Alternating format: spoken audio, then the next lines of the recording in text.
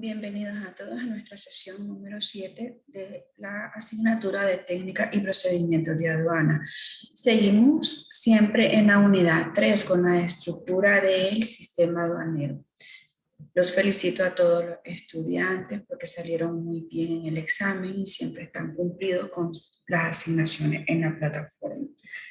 Bueno, continuamos con la estructura del sistema aduanero y ya sabemos que en Nicaragua nos regimos por la Dirección General de Aduana. ¿Y cuál es la misión de la Dirección General de Aduana? Pues es agilizar y facilitar el comercio exterior. ¿De qué manera? Cumpliendo y haciendo cumplir las leyes aduaneras conexas y recaudando los tributos con eficacia, transparencia, oportuna, eficiente y administrativa. La organización y administración de la DGA, como ya sabemos, se rige sobre la Ley 339, en la cual se define la autoridad, jerarquía, cadena de mando y los distintos departamentos que éstas la conforman. A su vez, tenemos que en la Dirección General de Aduana hay una unidad de auditoría y esta es creada con el fin de establecer y aplicar métodos y procedimientos de control interno para ver si todas las actividades que se plantean en la presente ley 339 se cumplen realmente. ¿Cuáles son aquellos trámites que nosotros podemos realizar en la DGA? La autorización de reimportación, circulación técnica para inicio de operaciones, la circulación técnica para revocación de permisos, circulación técnica para modificación de objeto, autorización de venta local, inspección y evaluación de empresas de zona franca, importación de vehículos a empresas de zona franca, registros de pignoración de vehículos, asesoría en materia de la Dirección General de Aduana. Ahora, tenemos en Nicaragua la estructura del sistema aduanero y se presentan en 5 bloques fundamentales.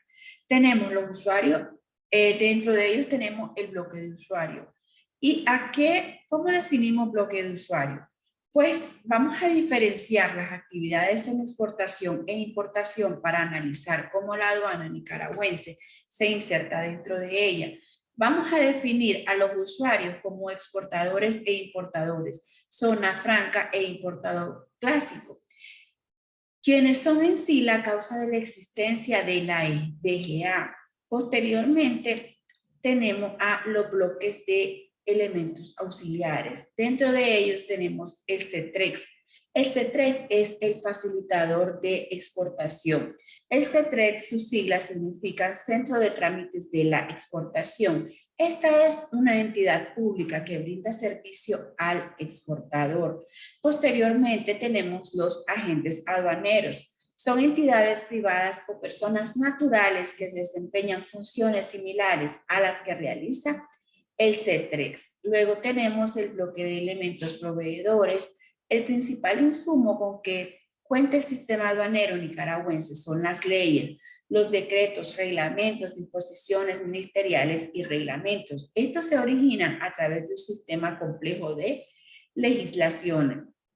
Y por último, tenemos el bloque de elementos de fiscalización y control. La Dirección del Control Aduanero de la Dirección General Técnica de la DGA y la Dirección de Ordenamiento Fiscal Aduanero y la Dirección General Técnica coordinan las auditorías de procedimiento, inventarios físicos y la revisión de póliza escogida. Todo esto que les acabo de decir lo encontramos en nuestra lectura principal de la sesión número 7. Ahora bien, todas las leyes sobre las que nosotros nos amparamos, nos tuvimos que regir sobre otras leyes porque recordemos que Nicaragua está adscrita a diferentes tratados comerciales, está en el mercado común centroamericano. Para ello, nos tenemos que adscribir a esos acuerdos y vamos a dar un pequeño repaso acerca de lo que es la ODECA, el SICA y el convenio sobre el régimen aduanero centroamericano. El RECAUCA lo abordamos en la sesión pasada, pero sí vamos a hacer un resumen acerca de él, del RECAUCA. Y el sistema arancelario centroamericano, SAC, lo vamos a abordar en la sesión número 8. Bien, entonces recordemos que es la ODECA y ya sabemos que por sus siglas es la Organización de Estados Centroamericanos. Este es un organismo regional creado en 1951. ¿Y qué países lo integran? Costa Rica, El Salvador, Guatemala, Honduras y Nicaragua, con el fin de promover la cooperación e integración. La ODECA tiene tiene dos principales objetivos y es mantener la paz. Para los años 1950 hubieron varios conflictos armados en los estados centroamericanos. Los conflictos armados en estos estados obligó a la organización a detener las actividades en 1953 y fueron revisados en años posteriores hasta el año 1960, donde se crea el Mercado Común Centroamericano, ahora conocido como el Sistema de la Integración Centroamericana. Otro objetivo es la unión política aduanera entre los Estados miembros. Si nosotros tenemos regímenes políticos, tenemos impuestos, tenemos derechos arancelarios unificados, es más fácil comerciar entre los diferentes países, exportar nuestros productos. La ODECA es un organismo bastante pequeño en comparación a otros, como el de la Unión Europea o algunos otros. Así que su influencia es algo pequeña en un mercado global. Algo que sí tiene la ODECA es que tiene una ubicación muy estratégica que comunica a Sudamérica con sus vecinos del norte, como es Estados Unidos, México y Canadá. Bien, ahora, por lo tanto, la ODECA interviene en muchas de las operaciones que se llevan a cabo en las siguientes organizaciones, en el Mercosur, en la Organización de los Estados Americanos, la Comunidad del Caribe, la Organización de los Estados del Caribe, entre otros. Ahora, para nosotros hablar del Sistema de Integración Centroamericana, SICA, tuvimos que dar una pequeña referencia de la ODECA. Y bien, el SICA nace con del protocolo de Tegucigalpa a la Carta de la ODECA, aprobado en diciembre de 1991. Este incorpora disposiciones de la Carta de ODECA, en lo que no contradiga. Por esta razón, la Carta pasa a ser un instrumento complementario. En el protocolo se establece una estructura institucional donde se busca desarrollar la integración en los ámbitos sociales, políticos, económicos, ambientales y culturales, además de poseer un verdadero órgano judicial, el cual es la Corte Centroamericana de Justicia. En el SICA se propone una ampliación en las funciones de la Corte respecto a las señaladas en la Carta de la ODECA, la cual se llama a garantizar el respeto del derecho en la interpretación y ejecución del protocolo de Tegucigalpa y sus instrumentos complementarios o actos derivados del mismo y un amplio número de entidades de escala regional, los cuales van a contribuir al objetivo de desarrollar la integración económica, política y social de Centroamérica. Bien, entonces, el SICA o el Sistema de Integración Centroamericana en el marco institucional vela por la eficacia y eficiencia para el funcionamiento de sus órganos e instituciones, las cuales trabajan en conjunto en la creación de políticas e iniciativas que aúnen a la consecución de un proceso de la integración que refleje los beneficios reales de la población. ¿Cuál es el objetivo? Desde la creación de la ODECA en 1951 hasta la fecha, con la vigencia del protocolo de Tegucigalpa, se conserva lo establecido en el artículo 1, que cita así: Costa Rica, El Salvador, Guatemala, Honduras, Nicaragua y Panamá son una comunidad económica política que aspira a la integración de Centroamérica. Con tal propósito se constituyó el Sistema de Integración Centroamericano, integrado por los miembros originales de la ODECA y por Panamá, que se incluye como Estado miembro. Pero La ODECA, creo que eso no lo dije aquí al inicio, está integrado por 8 países. El SICA está integrado por 8 países. Los que inicialmente se formaron en la ODECA: Guatemala, El Salvador, Honduras, Nicaragua, Costa Rica y Panamá. Posteriormente se adhirieron en el año 2000 Belice y en el año 2003 República Dominicana. Bien, ¿cuáles son los principios del SICA? La tutela, respeto y promoción de los derechos humanos, la paz, democracia, desarrollo y libertad. La identidad centroamericana como manifestación activa de los intereses regionales. Uno de los principales propósitos del SICA tenemos que son el consolidar la democracia, impulsar un régimen amplio, lograr un sistema regional, alcanzar una unión económica y establecer acciones concertadas. Ahora bien, ¿cómo vamos a consolidar la democracia? Consolidar la democracia y fortalecer sus instituciones sobre la base de la existencia de gobiernos, elementos por sufragio universal, libre y secreto y del estricto respecto a los derechos humanos. Concretar un nuevo modelo de seguridad regional basado en una balanza razonable de fuerzas, el fortalecimiento del poder civil y la superación de la pobreza extrema. Impulsar un régimen amplio de libertad que asegure el desarrollo armonioso del individuo y de la sociedad. Lograr un sistema regional de bienestar y justicia económica y social para los pueblos centroamericanos, alcanzar una unión económica y fortalecer el sistema financiero centroamericano, fortalecer la región como bloque económico para que de esta forma ingresar triunfalmente en la economía internacional, conformar el sistema de integración centroamericano sustentado en un ordenamiento institucional y jurídico y fundamentado asimismo en el respeto mutuo entre los Estados miembros. Entonces, en sí, lo que busca el SICA es ayudar a crecer económicamente, a tener un buen desarrollo económico de los países centroamericanos. En el SICA nosotros tenemos observadores regionales y dentro de estos observadores regionales tenemos a los países de México, Chile, Brasil, Argentina, Perú, Estados Unidos, Ecuador, Uruguay, Colombia, Canadá, Bolivia.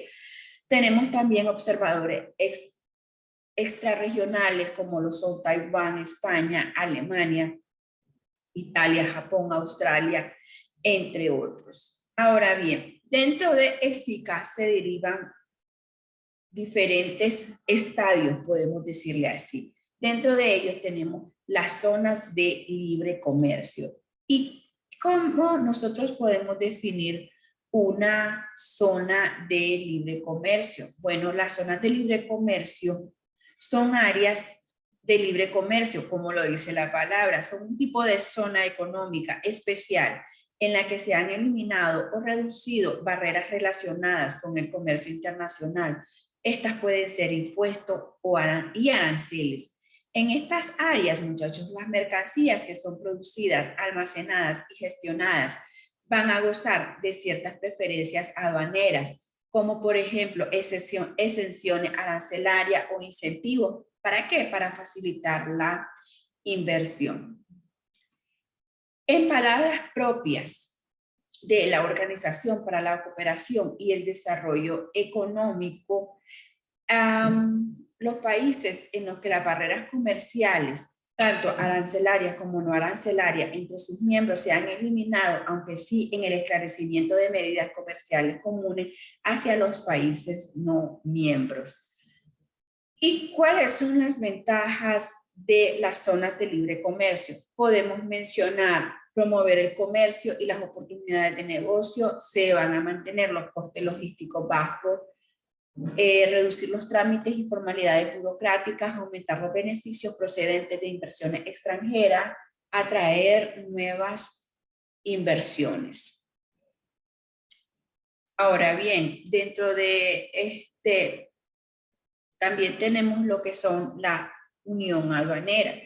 Y la unión aduanera es una forma de integración comercial entre dos o más países y sirve como estrategia para que los países pequeños puedan enfrentarse al entorno de la globalización, para que pueda haber desarrollo económico dentro de esos países.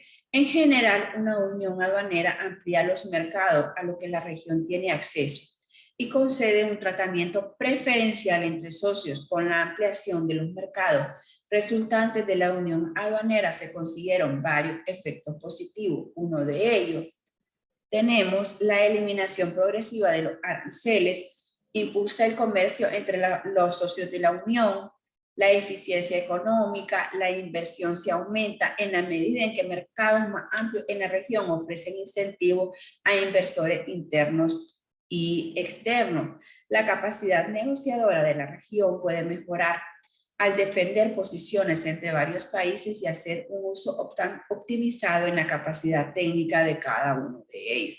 Otro estadio o escenario tenemos al mercado común. Y el mercado común es un acuerdo entre dos o muchos países con un mismo fin. ¿Y cuál es este? El de asegurar la libre circulación e intercambios de bienes, de servicios y factores de producción entre las fronteras. En un mercado común, los países que son miembros acuerdan eliminar las barreras arancelarias, también las restricciones a la circulación de personas, las inversiones o transferencias y las trabas del establecimiento de las empresas. Tanto el mercado común como la unión aduanera o las zonas libres de comercio, lo que no. ¿Cuál es el objetivo principal? Es buscar la apertura comercial, eliminar las barreras, cualquier tipo de barreras que existan. Y dentro de, ¿cuáles son las? Bueno, dentro de las características del mercado común tenemos que tiene que haber una unión aduanera, o sea, que los países que son miembros acuerdan la eliminación de barreras arancelarias a las importaciones y exportaciones. También estos fijan un acuerdo y otras restricciones que se impondrán en otros países que están fuera de la Unión.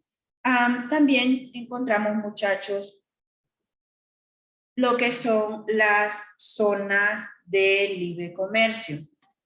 Entonces, ¿qué son ya decíamos que son las zonas de libre comercio? Se propone una zona de libre comercio para los países miembros, es decir, se eliminan las barreras al comercio, como por ejemplo los impuestos, aranceles, barreras burocráticas, cuotas de importación. Tenemos la libertad de establecimiento y prestación de servicios. Las personas de un mismo miembro pueden ofrecer los servicios por su propia cuenta en otro país que esté en el mismo mercado común. La libre circulación de personas, los ciudadanos del mercado pueden ir libremente por las fronteras de los países a los cuales son miembros. Libre de circulación de capital, se puede dar libre la circulación de capital, en especial las inversiones, transferencias o préstamos.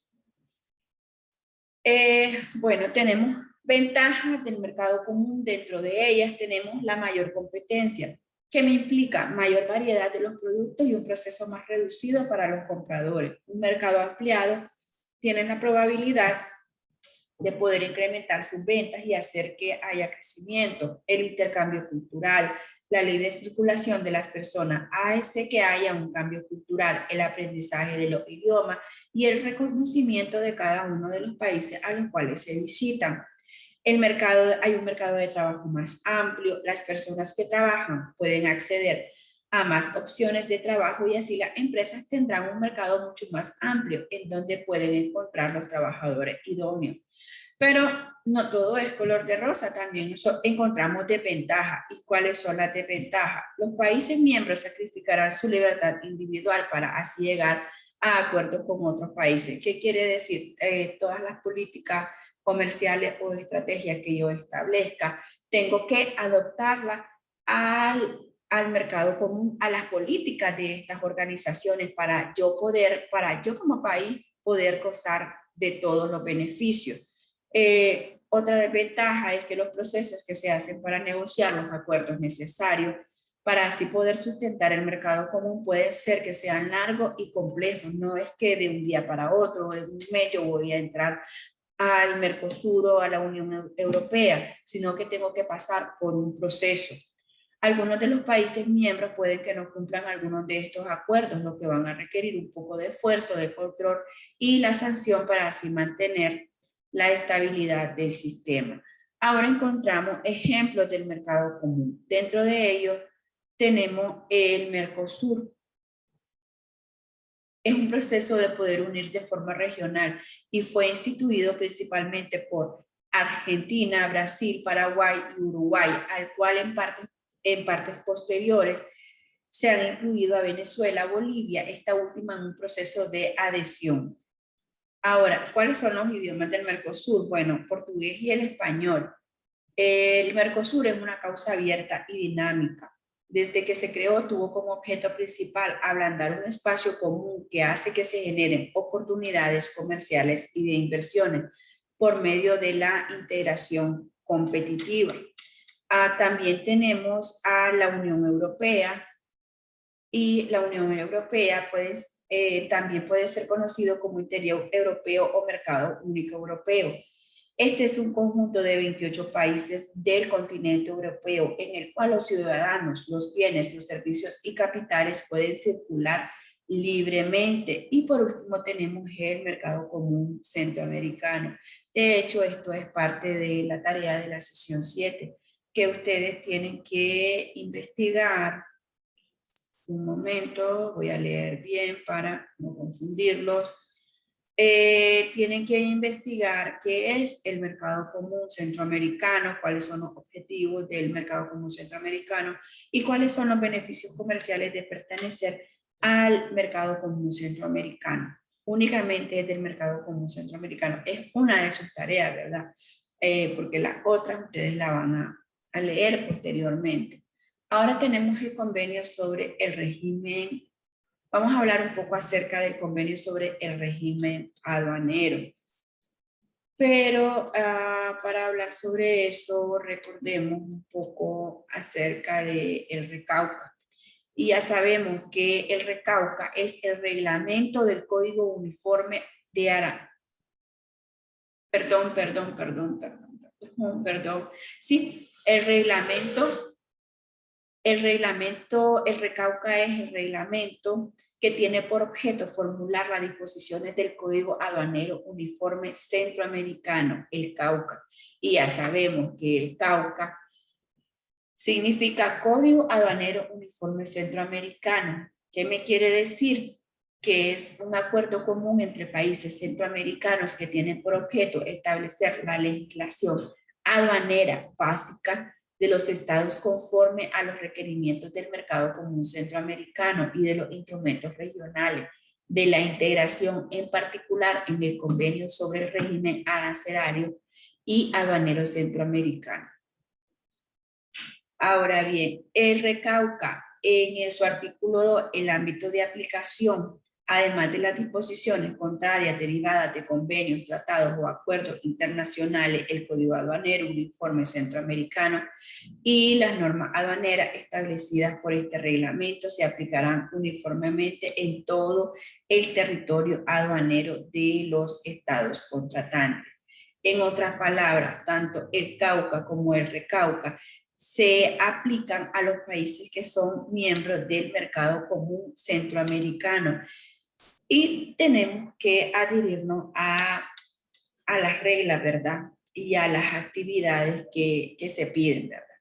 Ahora, ¿qué es el convenio sobre el régimen aduanero? Este convenio ustedes lo pueden hallar más ampliamente en la lectura complementaria. Dice, cita exactamente, por medio del presente convenio, los estados contratantes establecen un nuevo régimen arancelario y aduanero centroamericano que responderá a las necesidades de la reactivación y reestructuración del proceso de integración económica centroamericana, así como a las de su desarrollo económico y social.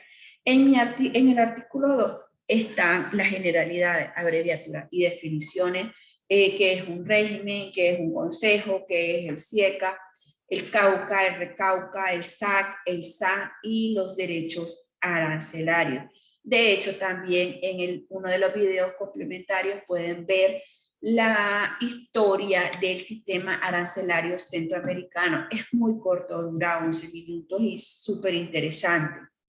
Miramos aquí el artículo 13, la definición. El arancel centroamericano de importación es el instrumento que contiene la nomenclatura para la clasificación oficial de las mercancías que sean susceptibles de ser importadas al territorio de los estados contratantes, así como los derechos arancelarios a la importación y las normas que regulen la ejecución. Nomenclatura. El SAC constituye la clasificación oficial de las mercancías de importación y exportación a nivel centroamericano. Se adoptan como fundamento del SAC la nomenclatura del sistema armonizado con las enmiendas que contiene a la fecha de suscripción del presente instrumento y las que en un futuro se incorporen. En el SAC, cada 5 años se revisan las diferentes mercancías que se importan y los derechos arancelarios. Y si ya no hay ese tipo de mercancía, entonces se pueden sacar del listado, o si hay que hacer una mejora, pues se incluye una enmienda. De hecho, también lo que es la DGA presenta un documento acerca del sistema arancelario centroamericano. ¿Y qué me presenta? Bueno, todas las reglas generales para la interpretación del sistema arancelario, todos los diferentes tipos de productos que se exportan y cómo se clasifican, como por ejemplo los productos del reino vegetal, las grasas y aceites, productos minerales, productos de las industrias químicas, madera, carbón, materias textiles, calzados, sombreros, manufactureros, perla fina. Es todo un documento de 474 páginas, pero tiene su código, su descripción y cuáles son aquellos impuestos que tenemos que pagar al momento de importarlos. Es muy interesante este documento y se lo voy a poner en la sesión número 8. Ahora bien, vamos aquí al artículo 4, a los objetivos. El régimen es un instrumento básico del proceso de integración económica centroamericana y persigue los siguientes objetivos. 1. Orientar y fortalecer el desarrollo de los sectores productivos. ¿De qué manera me orienta? ¿Cómo voy a exportar? ¿Cómo voy a importar? ¿Cómo es la clasificación de mis productos? ¿Verdad? Atender las necesidades fiscales y de balanza de pago. Estimular la eficiencia productiva y racionalizar el costo de la protección arancelaria, especialmente para el consumidor. Contribuir a la distribución equitativa de los beneficios y de los costos de la integración. Y perfeccionar la organización y administración de los servicios aduaneros centroamericanos. Bueno, tenemos en el artículo 16 la clasificación de las mercancías, la determinación de la clasificación oficial de las mercancías que se importan al territorio aduanero en cada uno de los estados contratantes. Se hará de acuerdo a la legislación aduanera vigente en cada estado. Ya les decía que en el de Nicaragua está en la DGA exactamente el documento que se titula Sistema Arancelario Centroamericano SAC, entre paréntesis, aplicable en Nicaragua. Luego tenemos los derechos arancelarios a la importación, salvo los prescritos en el capítulo 5. Este me habla sobre franquicias. De este convenio, toda importación de mercancías del territorio aduanero de cualquiera de los estados contratantes está sujeta al pago de los derechos arancelarios establecidos en el arancel, los cuales se expresarán en términos ad valorem o bien en la valoración de la mercancía. Y tenemos posteriormente el artículo 18, otros derechos arancelarios. Los estados contratantes se comprometen a no cobrar con motivo de la importación o en razón de ella los derechos arancelarios distintos a los establecidos en el arancel centroamericano de importación conforme a este convenio. Y el artículo 20 me habla acerca del peso centroamericano, la unidad monetaria y conversión de moneda, que ya la habíamos visto en sesiones anteriores. Para los fines de la unidad y uniformidad arancelaria se tendrán como unidad de cuenta el peso centroamericano, con el valor que el Consejo Monetario Centroamericano decida fijar. Bien, hay veces ustedes tienen mucha información en su cabeza, ¿verdad? Acerca del Cauca, el Recauca, los sistemas de integración centroamericana, el mercado común, la ODECA, la OMA, pero no se preocupen, si nosotros vamos a trabajar en alguna agencia aduanera o queremos montar nuestra propia agencia aduanera, con el tiempo y al ir leyendo los documentos nos vamos vinculando mucho con esos trámites. Todo es leer y tomarle gusto a la clase, tomarle gusto a todo y van a ver que nada es difícil. Y ahí vamos a ir aprendiendo con el tiempo. Y también cuando vamos a trabajar a empresas y estamos en el área de comercialización o de exportación, pues tenemos a personal especializado que nos va instruyendo y nos van haciendo un poco más fáciles las cosas. Bueno, muchachos, muchas gracias. Esto ha sido todo por la sesión número 7. Saludos a todos y nos vemos en la clase presencial. Bye, bye.